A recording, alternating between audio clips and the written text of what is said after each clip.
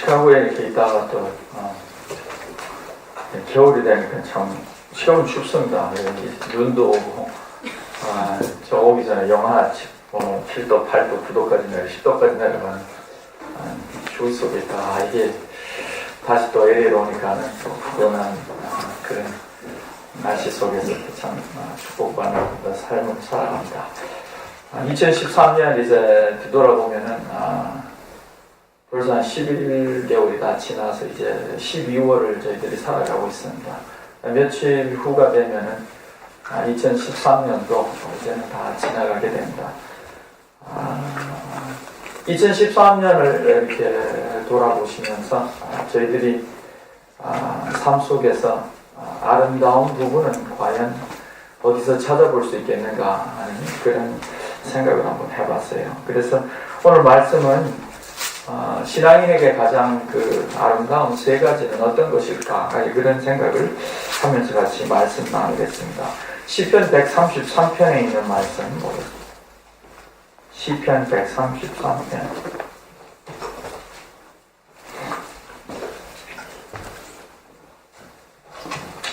시편 133편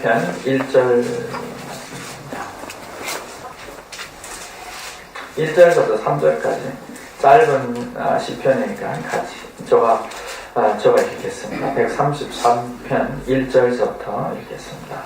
형제가 연합하여 동거함이 어찌 그리 선하고 아름다운고 머리에 있는 보배로운 기름이 수염 곧 아론의 수염에 흘러서 그 옷깃까지 내림 같고 헬몬의 이슬이 시온의 산들에 내림 같도다. 거기서 여호와께서 복을 명하셨나니 그 영생이로다. 참 짧은 시입니다. 이렇게 이렇게 복잡한 시도 아니고 짧은 시 속에 이 아름다움이라는 것이 무엇인가 신앙인에게 대해서 물어보면 정확한 해답을 133편 1절에 다윗이 말하고 있습니다. 형제가 연합하여 동거함이 어찌 그리 선하고 아름다운고. 함께 한다고 하는 것은 쉬운 것이 아닙니다. 5명이 있으면은 5명의 의견이 있고요. 5명의 개성이 살아 있습니다. 100명이 모이면은 100명의 의견이 있고 100명의 개성이 있습니다. 그 나름대로 또 자기 다 주장이 있고요. 나름대로 자기의 또 의로움도 있고 나름대로 자기가 생각하는 어떤 삶의 어떤 그런 가치관도 다 틀리게 되어 있습니다. 이 모든 사람들이 함께 모여서 연합한다 그리고 동거한다 하는 것은 참 큰 어떻게 보면은 그것이 선하고 아름다운 것이다. 다윗이 그렇게 설파를 했습니다. 참 옳은 말씀입니다. 그래서 오늘은 형제가 연합하여 동거함이 어찌 그리 아름다운가. 이 아름다운 세 가지를 한번 생각을 해봤어요. 형제가 동거하고 이렇게 연합한다고 하는 것은 거기에는 화해와 용서가 있어야 된다.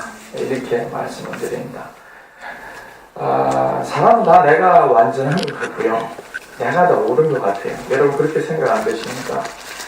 우리가 남들을 이렇게 보면서요, 항상 우리가 생각할 때 내가 잘못한 거는요, 아주 작게 보입니다. 그리고 거기에 무슨 이유를 붙여서 더 작게 만들어가요. 근데 남들이 잘못한 거는 많은 것도 크게 만들어갑니다. 그래서 남들을 우리가 비방하기도 되고 또 남들을 용서하지 못하기도 되고 내가 남들한테 잘못한 것은 거기 또 이유가 있어요. 인생이 이 사람이라고 하는 건 그렇습니다. 남편하고 아내 사이도 마찬가지 아닙니까? 남편과 아내가 서로 용서하고 화합해서 이렇게 살아가면 되는데 그게 안 되면은 서로가 헐뜯기도 하고 잘못된 점을 찾아내서 서로를 비방하기도 하고 이게 열쌍이 결혼하면은 한 4.5쌍 요즘 시대에 말하면 한 반 정도가 다 이혼으로 결혼이 이제 종결 짓는다 하는 걸 이제 우리가 알고 있습니다만 결혼 생활도 쉽지 않은 것이 왜 그렇겠습니까? 두 사람이 모여서 같이 한 방에서 사는 그것이 생각처럼 쉬운 게 아닌 거예요.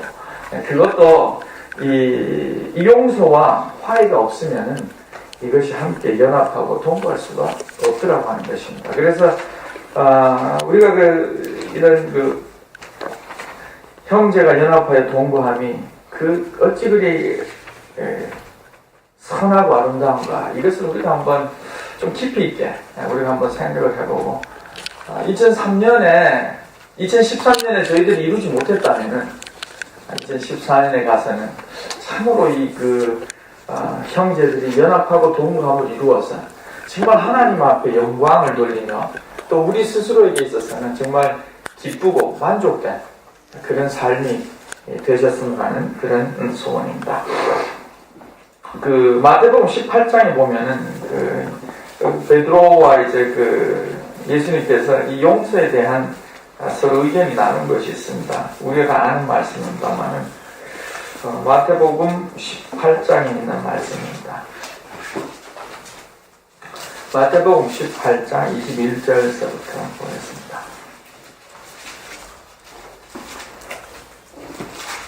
마태복음 18장 21절서부터 보겠습니다.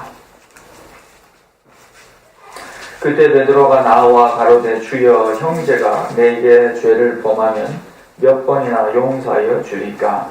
일곱 번까지 하오리까?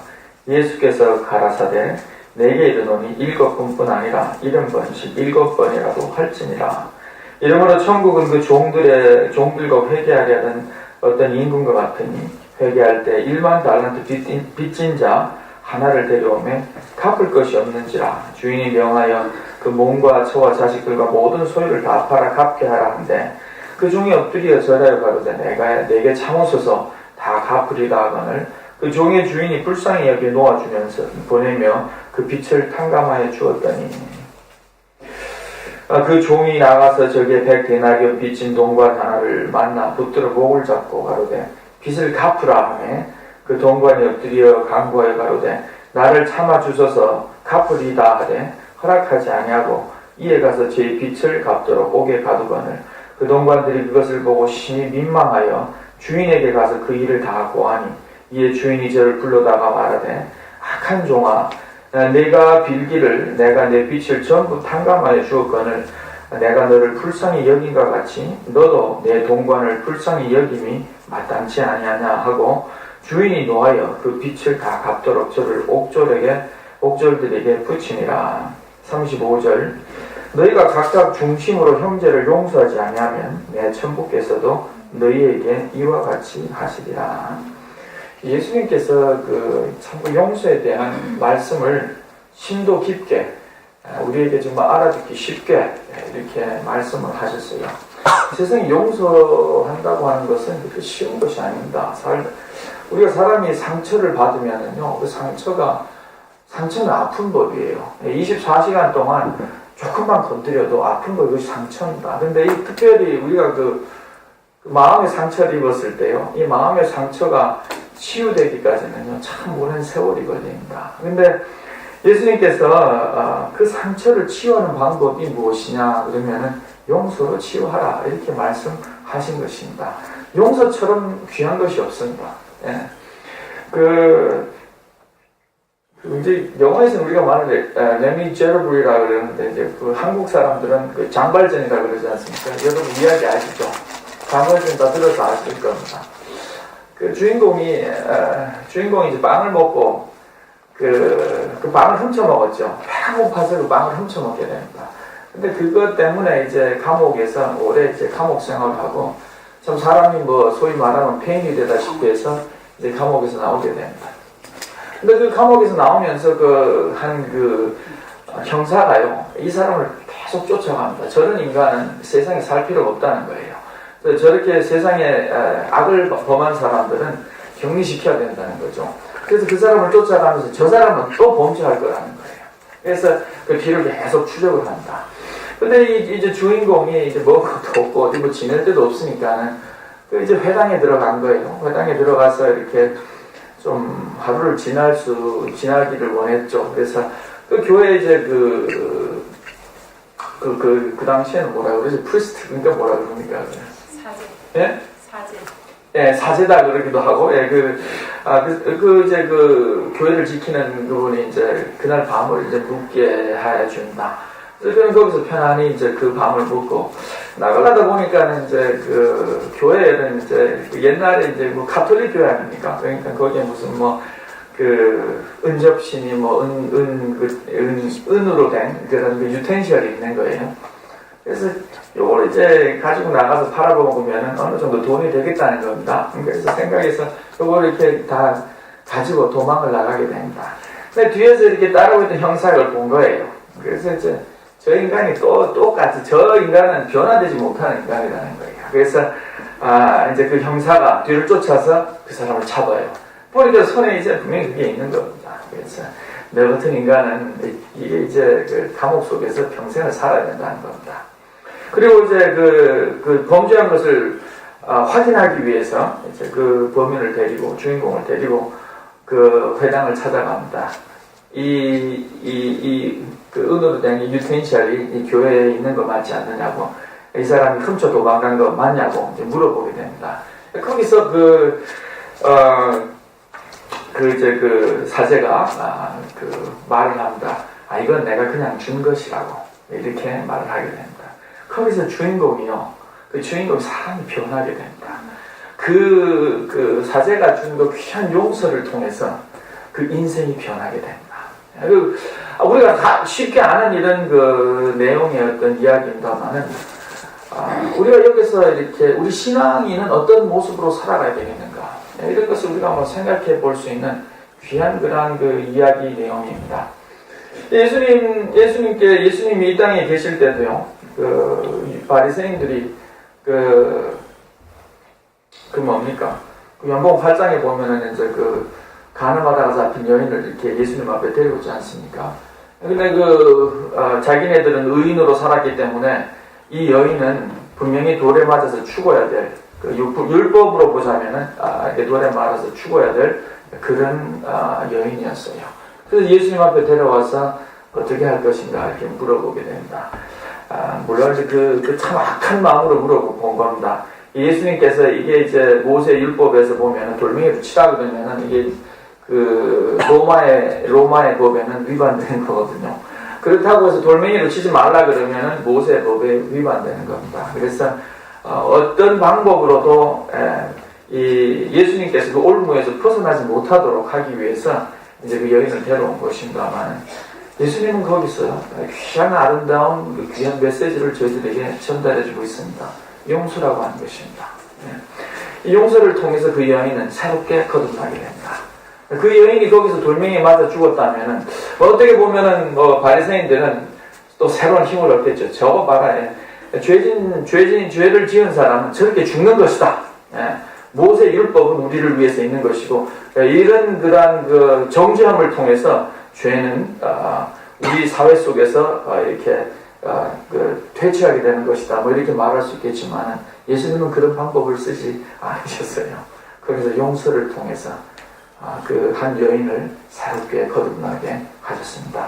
그래서 용서라고 하는 것은, 우리가 너무나 귀한 것입니다. 여러분들이 2013년에 이렇게 살아가시면서 그 마음속에 아직도 담아둔 용서하지 못하는 마음이 있다면은, 2013년이 가기 전에 다 서로가 용서하는 귀한 12월 마지막 이 달이 다 되시기 바랍니다. 이게 베드로도 어떻게 보면 굉장히 큰 마음을 먹고 7번 용서하겠다는 말씀을 자기 스스로가 했지 않습니까? 7번까지 하오니까 예수님께서 말씀하시기를 70번씩 7번이라도 할지니라 이렇게 말씀하셨는데, 이 뜻이 무엇일까 이렇게 생각을 해보면요, 용서라고 하는 것은 세는 것이 아니라고 하는 것이에요. 누가 나에게 잘못하면은 세는 것이 아니라고 하는 것입니다. 그래서 이런 것이 7번 하면은 774, 490번은요, 셀 수 없는 것입니다. 사람이 한 100번 세다가 다 잊어버립니다. 몇 번 세인지도 모르죠. 그 말은 예수님께서 하신 말씀 중에 하나의 귀한 뜻은, 용서라고 하는 것은 세는 것이 아니라고 하는 것입니다. 여러분 이렇게 그런 적이 없으십니까? 누가 이제 저희들한테 잘못을 하면은요, 한 번, 그뒤 한 번 나도 잘못했다. 요번에는 참는다. 두 번, 이번에도 내가 참는다. 3번, 나 요번에도 참는데 4번 못 참으면 그냥 한 대 때리면 자기도 가서 한 대 때리지 않습니까? 이 용서라고 하는 것은 세는 것이 아니라고 하는 것입니다. 사람이 첫 번째, 또 그렇게 3번, 4번 참다가 한 4번쯤에 들어가서 그 주먹한테 날릴 바에는요, 처음에 날리는 게 낫습니다. 좀 더 이렇게 편안하게 한 번이라도 좀 이렇게 너무 세지 않게 때리는 게 낫지. 3번, 4번, 5번 기다렸다가 한 번 때리면요, 그거는 더 아파요. 서로가 더 아픕니다. 그래서 용서라고 하는 것은 세는 것이 아니라고 하는 겁니다. 용서를 세게 센다고 하는 것은 다시 말하면 무엇이냐면은, 그런데 다른 말로 하면은, 복수를 미루는 것이다. 이렇게 누가 얘기를 했어요. 그런 거 아닙니까? 복수를 미루는 것이다. 이 사람은 굉장히 괘씸한 사람이 하나 있어요.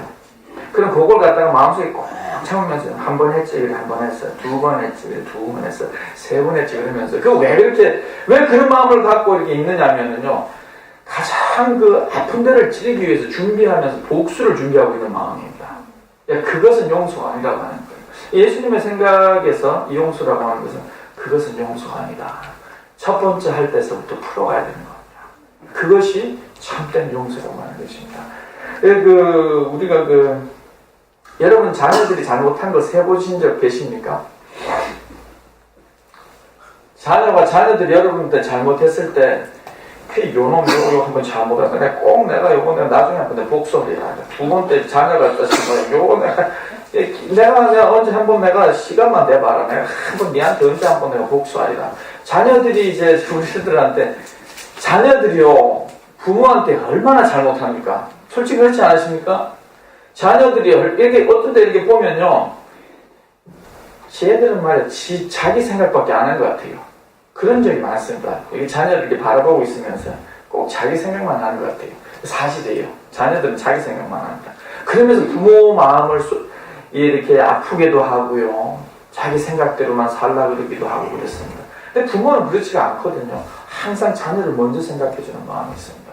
그래서 이 자녀들과 부모의 이 관계를 이렇게 보면은 우리가 자녀들의 잘못을 세지 않는 관계라고 하는 거예요. 자기 자녀들이 이제 우리 부모들한테 잘못한 거는요, 이상을 가면은 다 없어져 버려요. 그게 눈 녹듯이 다 녹아버립니다. 저도 이제 며칠 전에 이제 녹으면 안 되죠. 되고 있어요. 되니까 마음 안 해야 되겠다. 근데 이제 그 자녀들이랑 이렇게 마음이 상한 적이 있단 말이죠. 근데 저가 먼저 가서 안아주게 되고요. 저가 먼저 가서 먼저 인사하게 되고 그러더라고요. 그걸 보면서 제가 느낀 게 뭐냐면은 이 용서하기로 작정된 관계다 하는 겁니다. 그래서 형제 자매들의 관계는 어떤 관계가 되어야 되냐면요, 용서하기로 결심한 관계가 되어야 됩니다. 그래서 서로 관계 속에서 용서하기로 결심만 하게 되면은요, 그 관계는 저희들이 시편 133편에 읽었던 말씀처럼 형제가 서로 연합할 수 있는 거예요. 함께 갈 수 있는 길이 됩니다. 그래서 2013년에 가시기 전에 우리 마음속에 정말 우리 형제자매의 관계는 용서를 할 수 있는, 용서를 결심한 관계가 되는 여러분들이 되시기 바랍니다.